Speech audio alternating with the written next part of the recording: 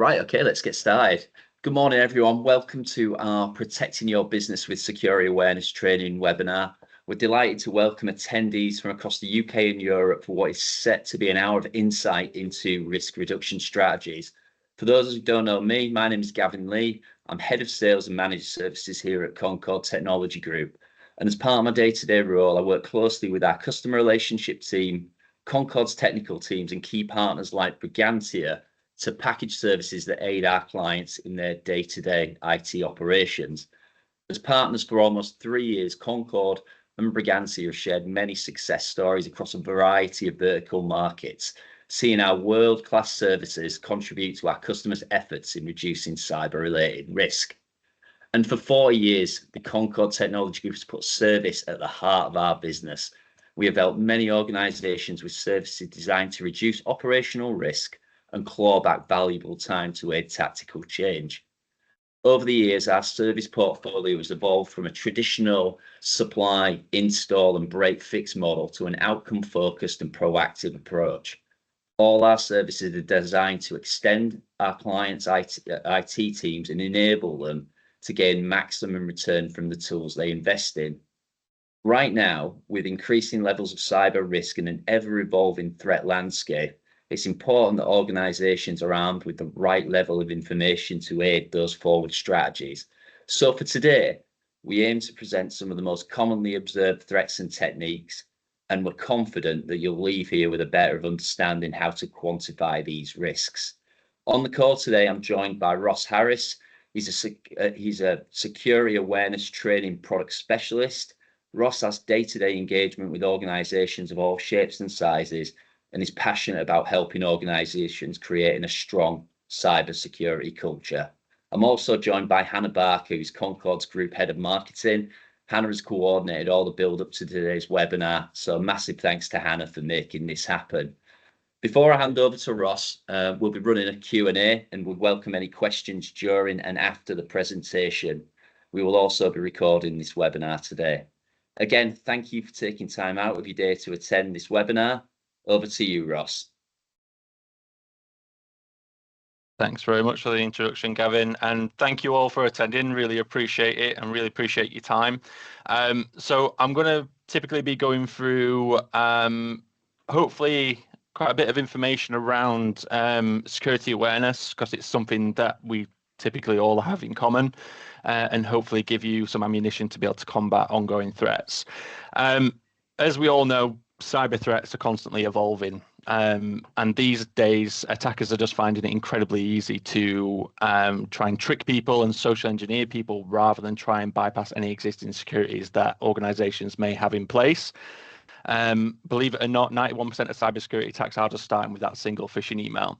And this is why having a good, strong human firewall is so important for organizations, because at the end of the day, it is people that drive organizations.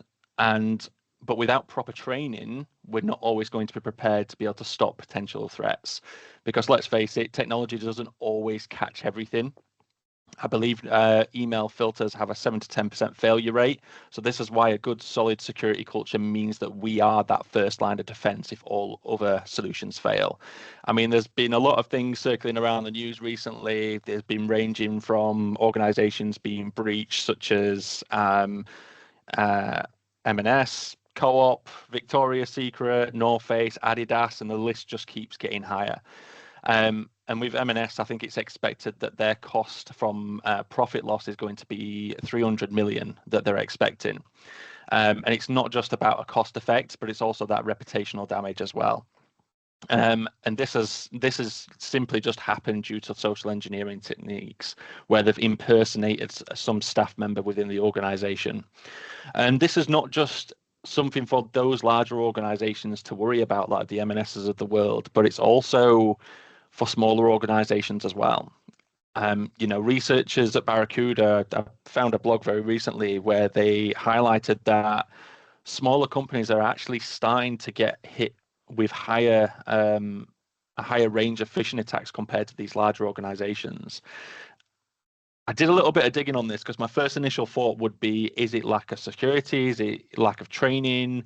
And as I dug a little bit more within this blog and researched this a little bit more, I found out that one of the reasons behind this was down to social media. A lot of organizations use social media for marketing, which I'm going to get into that in a little bit further detail soon.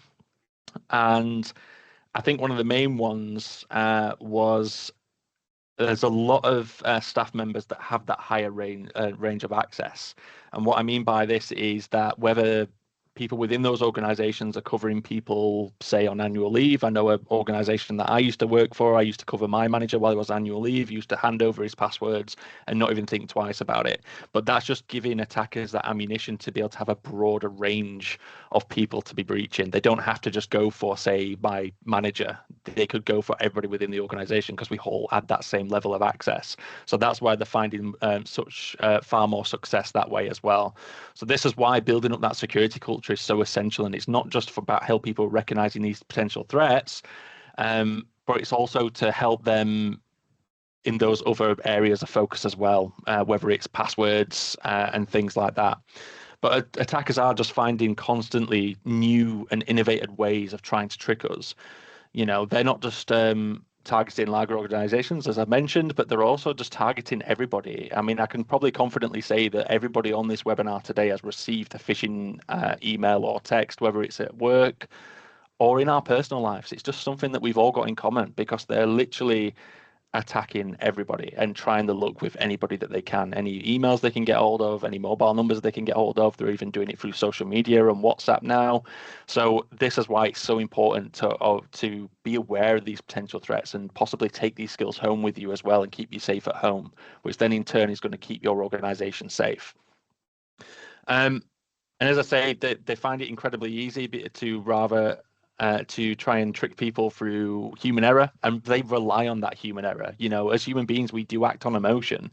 I know I received a text message very recently that said that I'd received a parking fine, and even working in this industry, it still made me think, well, where have I been? Where have I parked? And going through that rather than actually thinking, oh, hang on a minute, how have they got my mobile number? And it's just little things like that that we want to encourage users to just take a step back, don't fall for that sense of urgency, because that's how we can act on emotion, and we can quite easily, anybody is easily to be able to click on a link.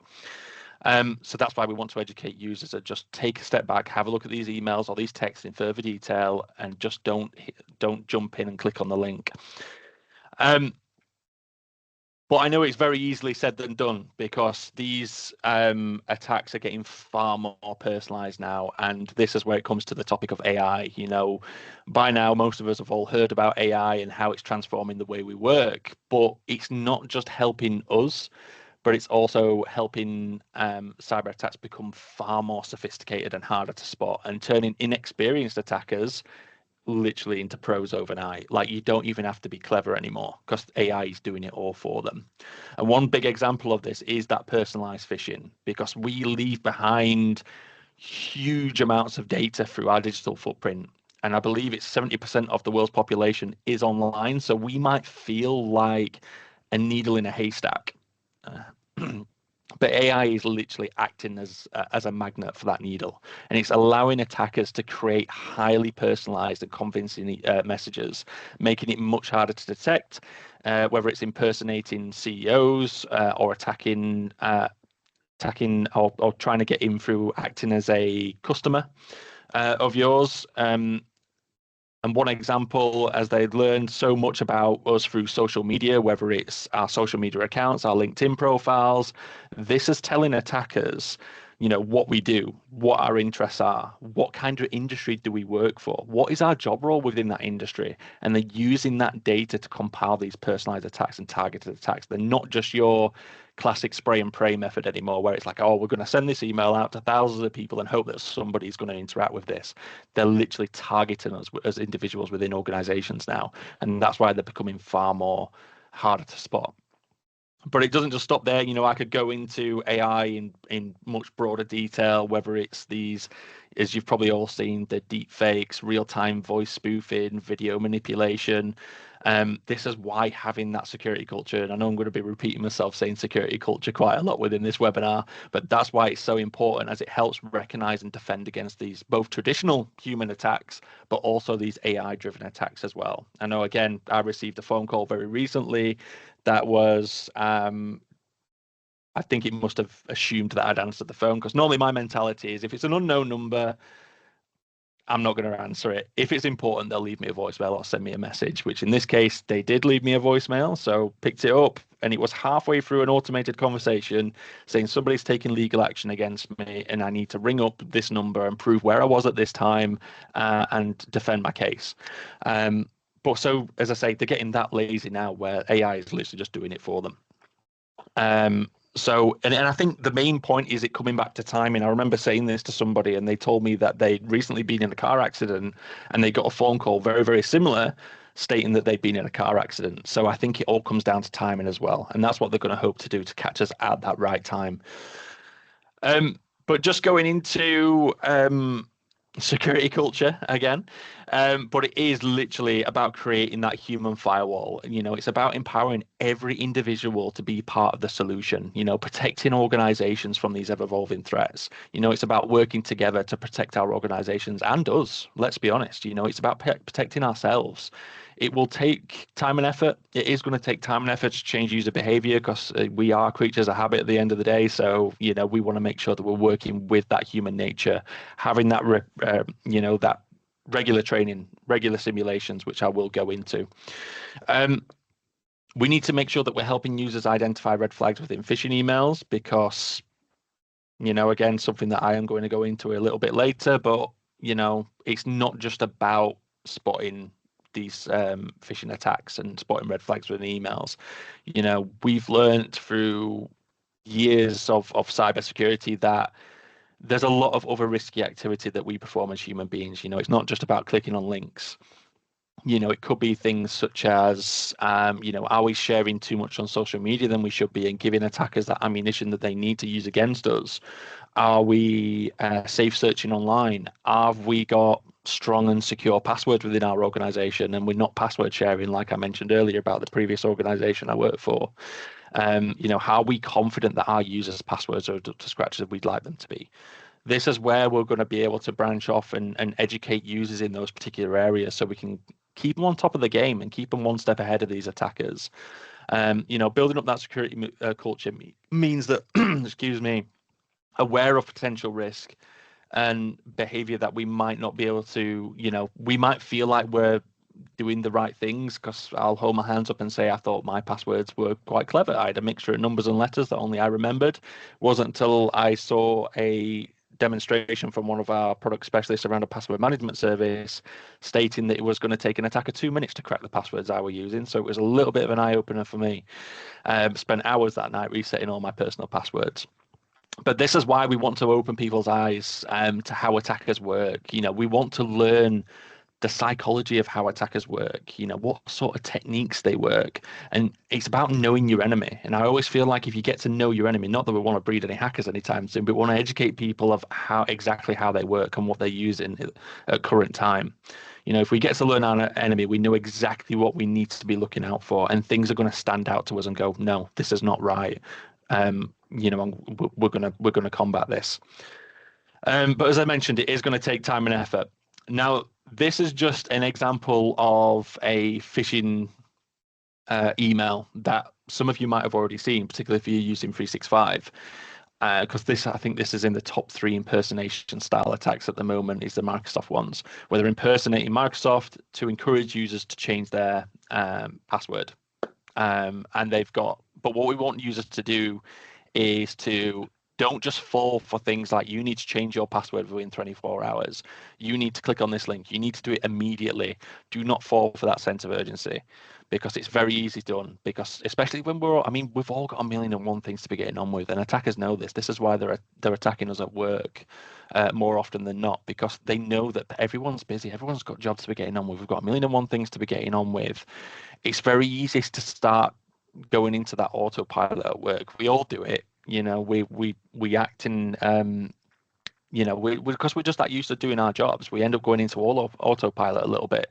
And one example of this, I was speaking to a gent a few weeks ago, actually, and I was on a call with him, and straight away was like, "Oh no, I've messed up."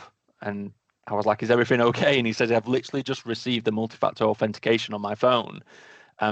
He's just abstracted. He's on the phone to me, and he's literally just clicked accept, even though he wasn't logging into anything. Turns out everything was fine. They didn't get breached. It was all good. But that's how easy it is. He does it every day. He accepts this multi-factor authentication every day he logs into his systems. But because he's just acting on automatic, he's literally just pressed accept. And that's just how easy it is. He knows that he's done something wrong, but it was already too late. But luckily, everything was fine. But that's just how easy it is. So we want to encourage people, don't just fall for this sense of urgency. Don't let them put you in a state of panic. Have a more considerate response.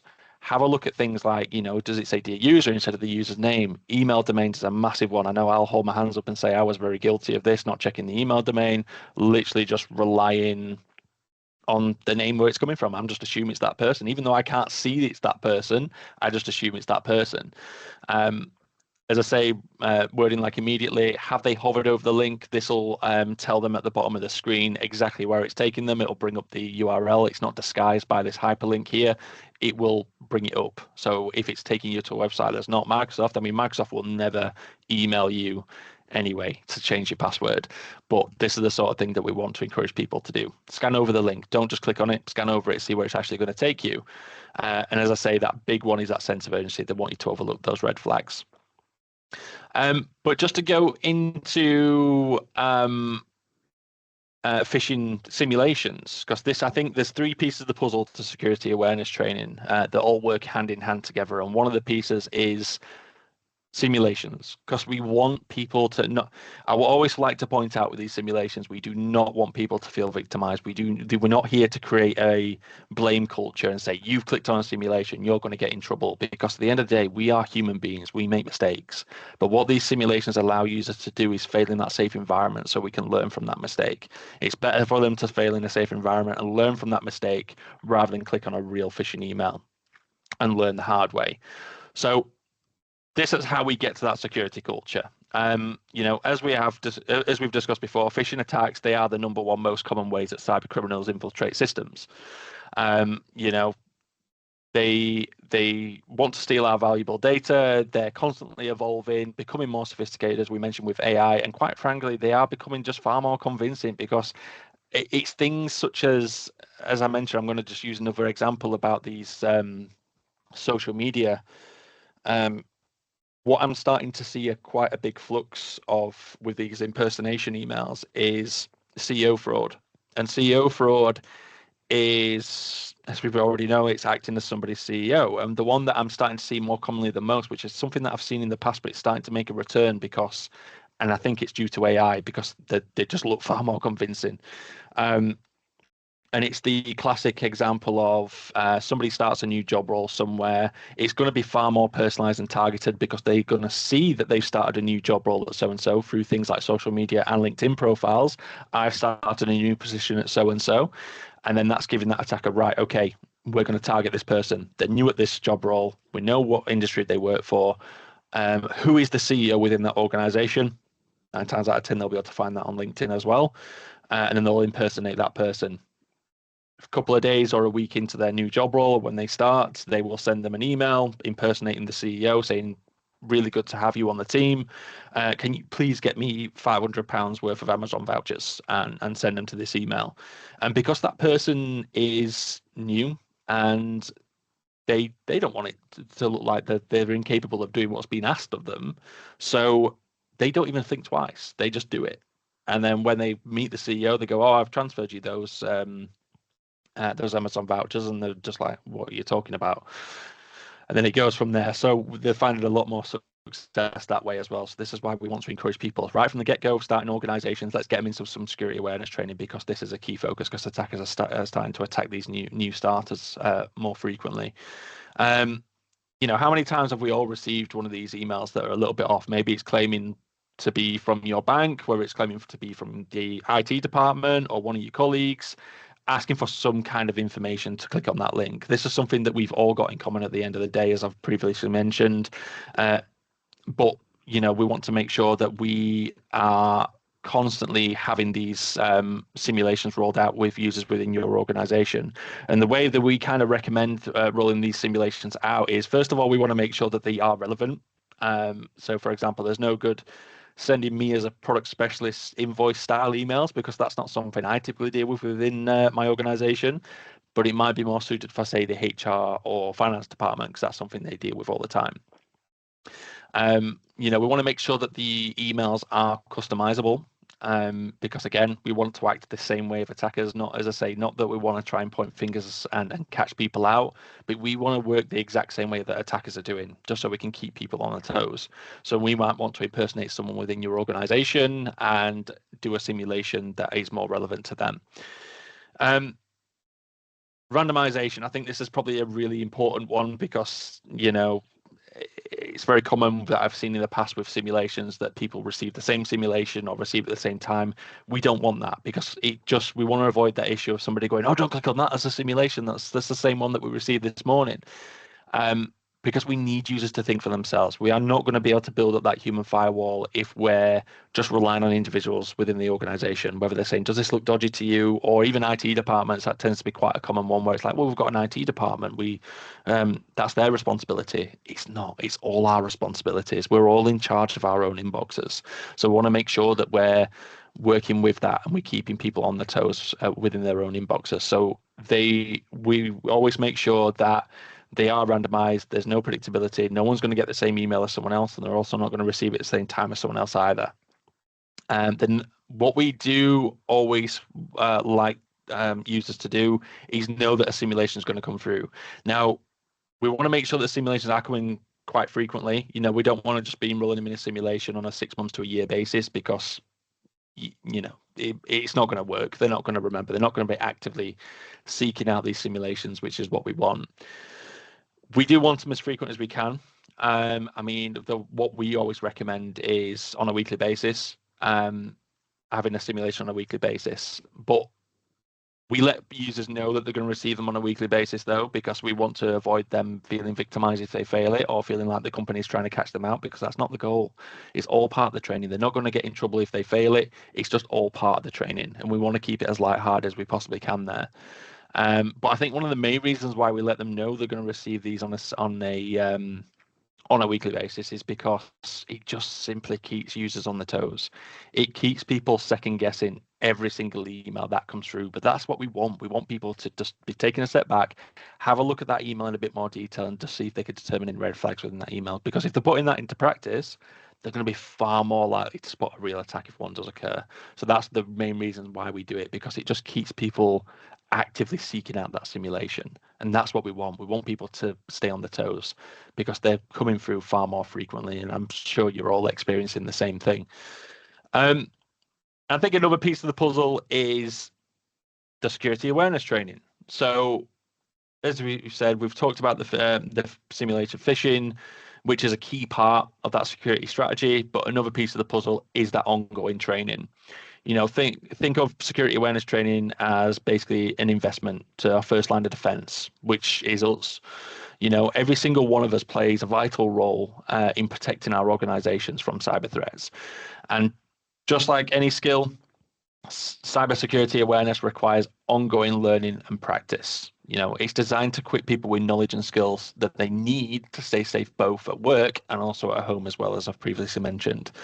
This training isn't just about protecting the company, it's about protecting users and yourselves. The same principles that we learn on the training can help safeguard our personal information, our family's data, and your online accounts. It's a win-win situation. The more secure workplace means a more secure us, more secure security culture. Cybersecurity is not just a one-time thing. So as I mentioned with the simulations, there's no good enrolling users in training every year, because they're not going to take in that information. They're going to forget about it. I don't remember my health and safety training I did 3 months ago. So there's going to be no with cybersecurity if I were doing that on a yearly basis. But let's be honest, we hear about training, we think, oh no, not more training out of my day. There's more training on the way on top of the health and safety training I've got to do. It's going to take time out of my day. It's going to take time and effort. But that's simply not the case. With security awareness training, we want to make sure that training is bite-sized, because let's be honest, 45 minutes to an hour long modules just doesn't work. And they're going to end up doing what I used to do and literally just skip to the end and keep redoing the quiz until you get it right, which is not the most effective way of taking in information, let's be honest. But this is why we want to keep it as bite-sized as we possibly can. So typically 5 minutes long on average. I've even seen security awareness training that's been extremely helpful for me because I've got a very low attention span, that are literally 2 minutes long. Like the password training I mentioned earlier about, I thought I was quite secure. It turns out I wasn't as secure as I thought I was. But it turns out this 2-minute training video literally helped me, not just at work but at home, to not only confirm that it was going to take an attacker 2 minutes to reverse engineer those passwords, but to help, it provided me with a lot of tips and tricks to come up with more secure passwords as well, which was extremely helpful. We want to make sure that it is light-hearted and engaging as well, because we've all seen training on here that's incredibly soul draining, where it becomes such a chore to get around to doing, where to a point where sometimes we just try and avoid it. We don't want that. We want to make sure that we're getting these information across as light-hearted as we possibly can, and as I say, as bite-sized as we can as well. But we do want to make sure that it is as regular as we can as well, because at the end of the day, we want to keep security on top of users' minds. And we typically enroll users with 3-week to a month training, because that's where we've kind of found the sweet spot where it's not too regular, where it becomes annoying to users and it becomes a chore, but it's not too far out there where they're going to forget about it, and there's going to be no point in doing it. So about a month, 3 weeks to a month mark, we see a lot of value in, where it's literally put 5 minutes aside on a monthly period to do some security awareness training, short and snappy training. But we do also want to make sure that we give them time to do that training as well. We don't expect them to drop everything as soon as they get enrolled in training. We give them 3 weeks to complete the training, because we appreciate people are busy. People have got jobs to be getting on with. They can't always be dropping everything and doing some security awareness training. But this just gives people the time to put 5 minutes aside on a monthly basis to just enhance the skills with security awareness. And it's going to significantly decrease the organizational risk that way, because they're going to be far more likely to do the training, and it's going to keep their attention. It's going to keep that information on top of their minds, which is exactly what we need.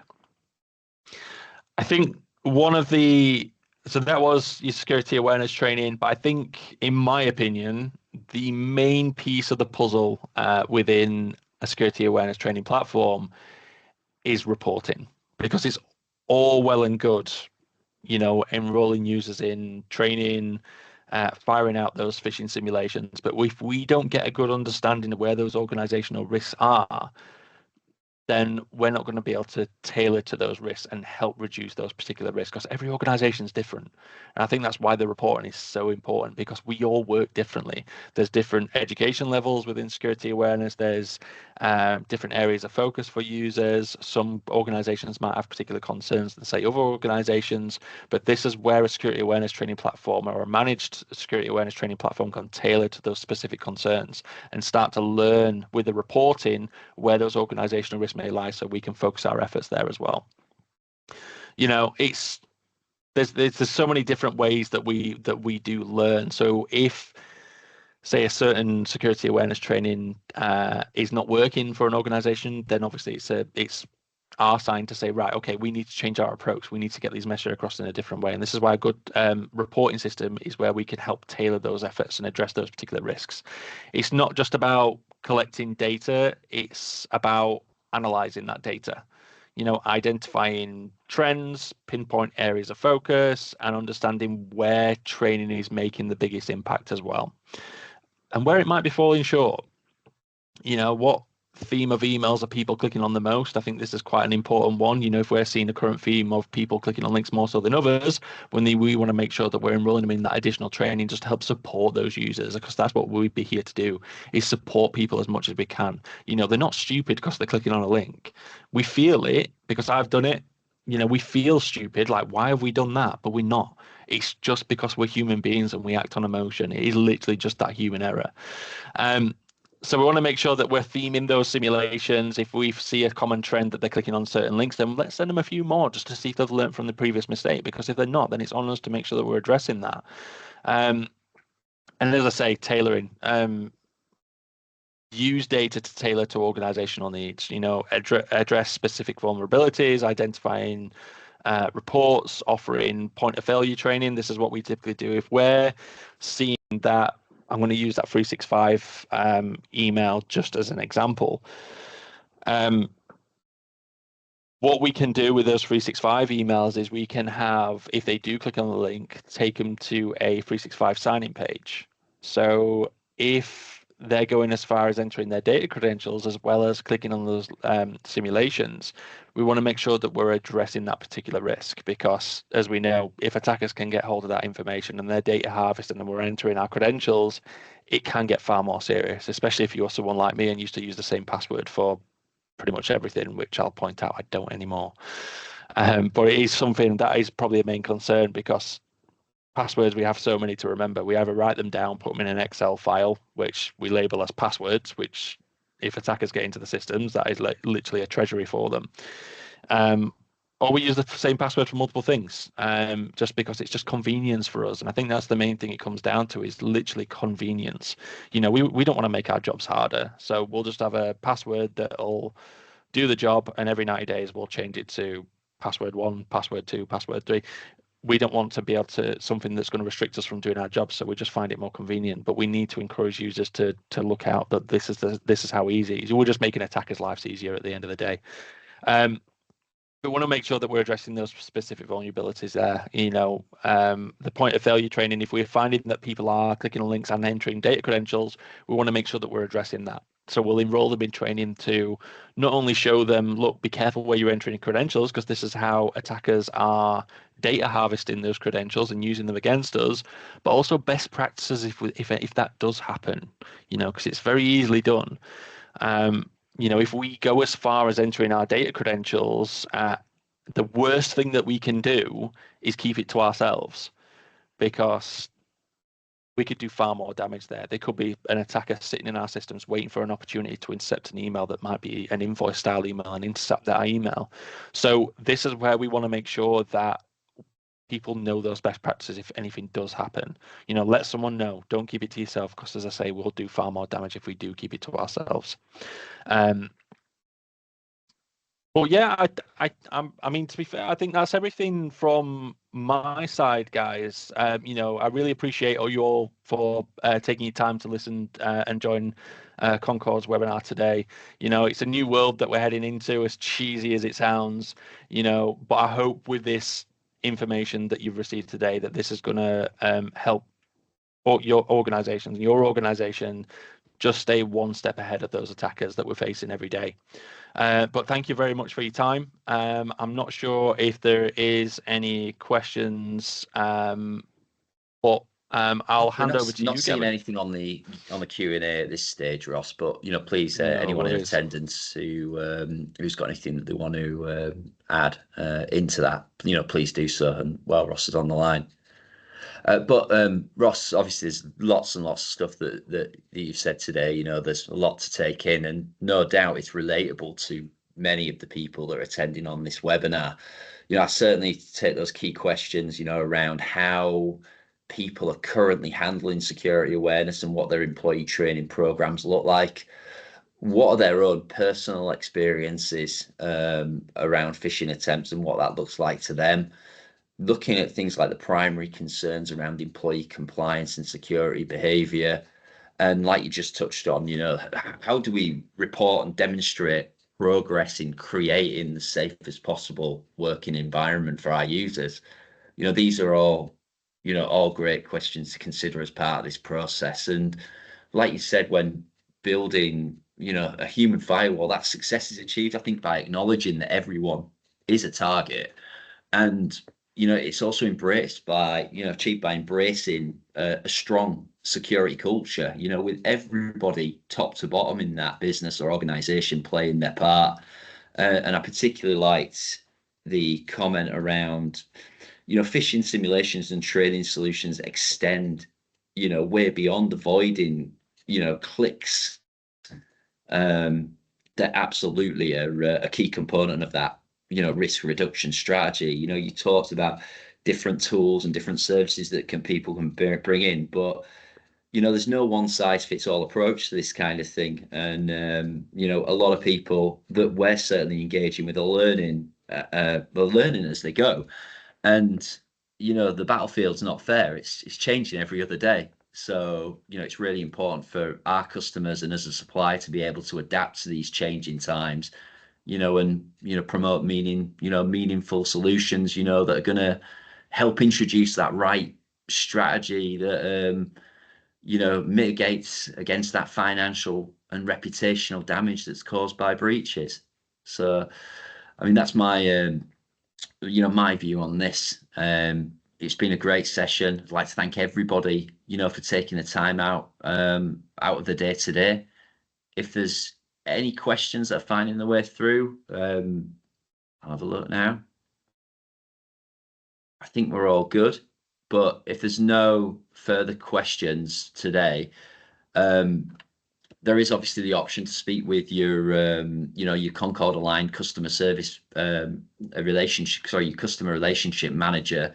Those guys are obviously going to be on hand to, coordinate any follow-up activity from today.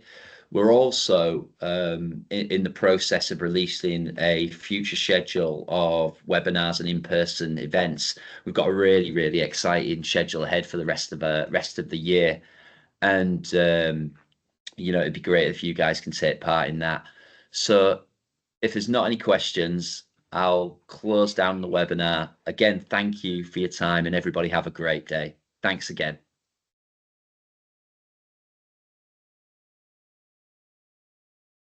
All good? Yeah, thanks, Gary.